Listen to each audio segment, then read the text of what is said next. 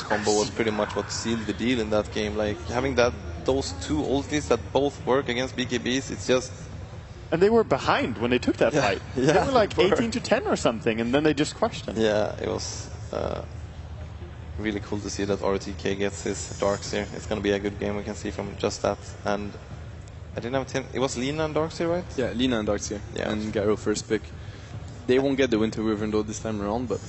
Yeah, but still it's like a bit compared to like what I said about Secret's game is that now eHome already have a decent combo with Darkseer. I mean, if they, for example, if this Lina will hold the like quality of Chinese Lina players in this tournament, we will probably expect like some 4-man triple stun.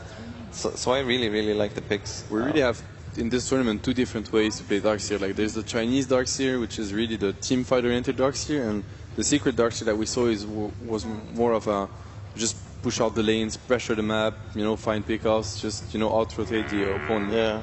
So I did a lot of solo plays where RTK, I don't really see him do those kind of plays so often, but... Last time he played Darkseer here, he was running in under the enemy tower a lot. Like, he plays aggressive and reckless. Yeah. And that kind of set up a lot of people to TP react, and then his team was with him. And they just got a team wipe. That's very interesting about RTK's style of offlane. He has almost always had this kind of role. Like, if you remember back in even DK, or in Vici as well last year, like, he plays very aggressive, and he has gotten a lot of criticism for that in the past. He's like Trixie, right? Yeah, but better. But in many cases, I think it's more thought through than people actually think. Because every time, as an offlane, if you make the opponent team use 2 TPs just to punish this offlaner who is already kind of supposed to not have a good time, it is worth it, kind of. It's like when he goes in and plays aggressive, if it doesn't work and he just dies, people are like, he's so bad. You know? And when he actually goes in and something happens after and they end up team wiping, we actually forget that it's because he pressured. And you often stop the rotations that usually happen, the 2 supports smoke to mid. If the 2 supports can never leave the lane because they have to deal with this offlaner,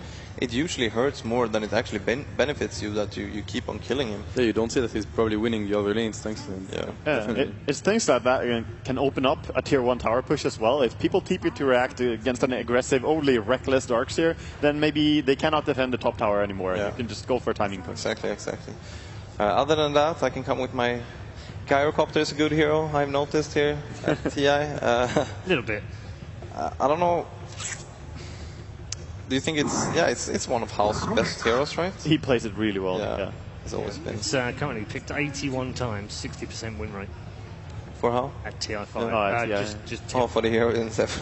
He's been playing Gyro for like forever. Yeah, exactly. I remember even TI3. Yeah, TI3, I think even TI4. TI4, He's always been playing Gyro. I was actually thinking about that if they would have some awards for these heroes, like maybe Gyro that will like be in every TI final or something like that, Yeah, definitely. The hero has been nerfed and then you think it's not going to be good. It's a bit like Storm, that you think like, nah, it's death ball now, we can't use this hero. Then you're like, well, actually he's perfect for and the eHome stole the Rubik. Yeah, you can't ban it and you just... Kind of ironic, really, isn't it? Eating a Rubik. What now, a Rubik? Yeah, I'm so funny. I liked it. I thought that I didn't know. But I think Rubik is always a great pickup against Earthshaker, especially, in my opinion. That's how I feel about it. It did a lot in the last series. Unfortunately, he didn't get Fisher all the time, but it's always, that rival, like, that duo between Shaker and Rubik, you always want to use the totem after the... Call down is really good as well. Barrage is quite decent, so... Flak as well, great. Yeah, Flak. It also makes it hard. Normally when you pick Earthshaker, you want to have some other good combo spells with it, so you don't really just pick a Shaker and that's it for stuns. So there's going to be something else for the Rubik to steal, and there's some good spells already. That's the Ice Zeus. Yeah. Zeus offlane. Pretty likely. likely. A while since we've seen it. Yeah, 10 games at TI5. But Super has played some games of Zeus as well, right? Yeah, I think it still might be a mid Zeus. Yeah. It doesn't really mean that it's going to be offlane. I do want to point out, though, that of the 10 games, there's only been 2 wins on Zeus. Yeah, I was going to say, that hero has very so win ratio. But, I mean, at the same time, I kind of understand what it looks like Vici Gaming. They just want to fight. They want to be able to fight eHome. Yeah, going up against the Darkseer Lina, normally you're like, oh, they have a really good team fight already, but they're trying to outpower that. Gyrocopter is a great carry for team fight. Shaker, Zeus. Now they have all the damage, AoE damage particularly. So 5v5 is fine, but they still need the hero to initiate the fight, I feel. Unless Shaker can. And I would be surprised if they don't get any more late game potential. I guess that Vici might be one of those teams that do a lot of one core, but where I see like teams like CDEC and LGD, they usually do this duo core where like the cores can fight, but they also have this super late game potential that is like, okay, if this game goes to 60 minutes, we're not gonna lose if we just don't get too destroyed. That's very typical for eHome as well. They always have, the fallback. In this game already, they have the Darkseer wall, they have Luna, so, late game is looking very safe for them, no reason to panic. And that's a pretty good feeling to have going into it. Luna and Gyro are quite even, I guess, in care potential. Gyro might be a bit stronger. I think Luna is like a weaker version of Gyro. It's like replacement. You have a longer cooldown. Yeah, you're probably correct there, that they're similar, but... In a way, it's a little bit better for pushing in general, but like the Luna Darkseer in late game is quite scary to face, though. Really, Luna and Darkseer in late game. Yeah, but that's what I mean. But it's hard to decide because Gyro has the potential of doing this insane damage with Divine, whatever. While Luna might have a bit harder time of getting close enough to her opponents. I mean, they have more burst though, I think, Vici. Like, if you look at the head-on fight, how the fights are going to start, eHome needs to like start with probably a Use from or a Rubik Leaf. Naga is not banned yet. And the Earthshaker is just it's much easier for the Earthshaker to just feature and they blow some out with Zeus. But what kind of approach would you take for this game? Like, if you were eHome, would you fully commit to this death ball now, or would you throw in a quite farm heavy? Well, not farm heavy. I think their lineup revolves around they want to just hit the tower and Earthshaker just sits behind, and if you try to come in, there's Fissure and Zeus. So it's difficult for you to just run in, and there's call down as well. I feel like eHome, they have the dire advantage in that game, which is not to be underrated. Like, they have insane team fight around Roche Pit, Darkseer, Luna. I think they can take it late game because it's going to be very easy for them to secure it. Obviously, BKBs are going to be like, super important, but once they have those BKBs, then Vici's lineup is not so scary. And then they can go for the time Roche. Vici can't really take it so far. Do you think that Vici is going to ban this Storm now, or are they going to I think it's a great Storm. I think they're like baiting it. Maybe they're like scaring them with the Disruptor, but I think it's a very good Storm game. Yeah, I was thinking the same thing, that like Vici might be leaving the Storm because they feel that they are already ready to deal with it, but I would be scared about I wouldn't want to play Seat-wise Storm. I would have banned it. But TA, I think that both TA and Storm actually look very good here, right? Yeah, that was what I was thinking as well. The TA pick looks pretty good here. I always look out for that, dude. Alright. No, I think it's Storm is playable, as you guys say, even if Disruptor is good against him. But Naga Siren not being banned out this late into the game. Well, that is interesting. So it's going to be a Lina mid most likely. Yeah, definitely. I mean, that would change a lot of the things. Now eHome has total control of when to take the team fights. That's actually really strong. Like, I feel like they can just song and go into the wall. It's going to be almost impossible to contest Roche for Vici Gaming if they go there with 5. It's such a hard lineup to fight into. It's not the best Roche lineup they have, though. It's like Luna is good, but the rest of them... I mean, Dina is good. The thing is, like, if they take a fight at Roche, they are going to win. There's Darkseer and the Song. I feel like you can always Roche with Luna. When you have 5 heroes, like, it's not so hard because of the physical bonus damage. And Naga can just get a medallion or something, and then just Roche is going to go down. I just feel like the laning phase is going to be very important for eHome, though. Like, sure, they're very strong in the Roche fight, but...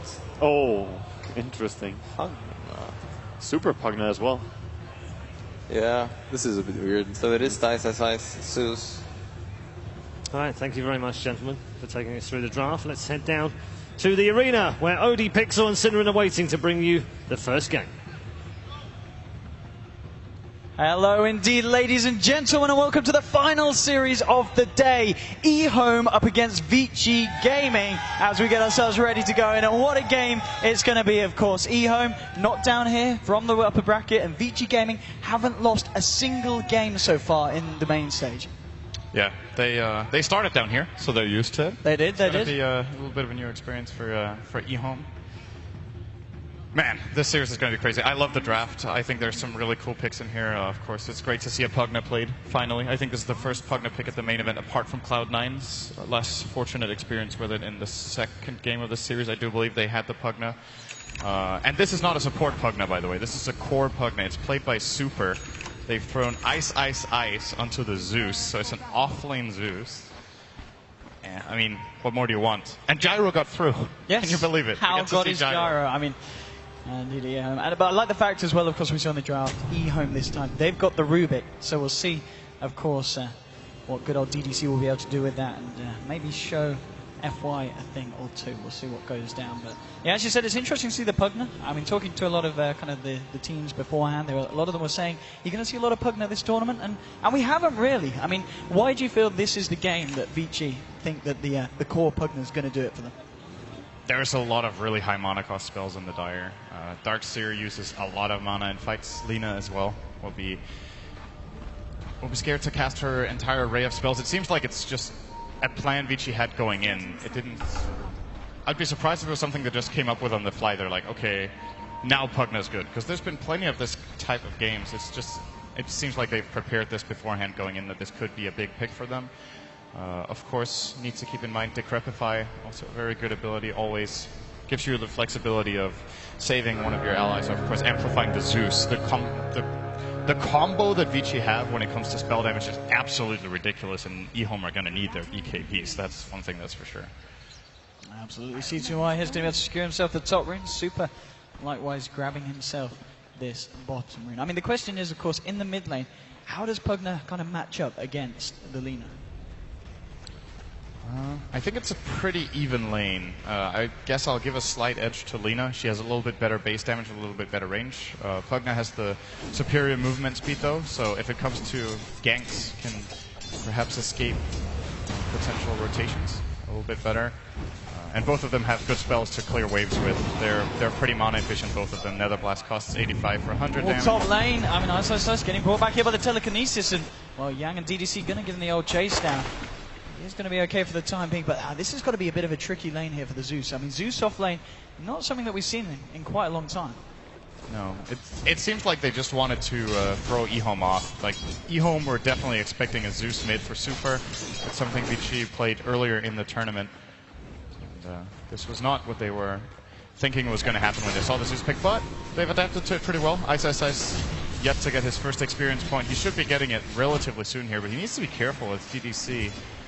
Really forcing him out of lane right now.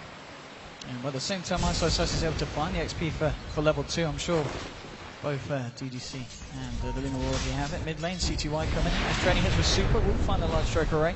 Hasn't got the mana to follow it up though.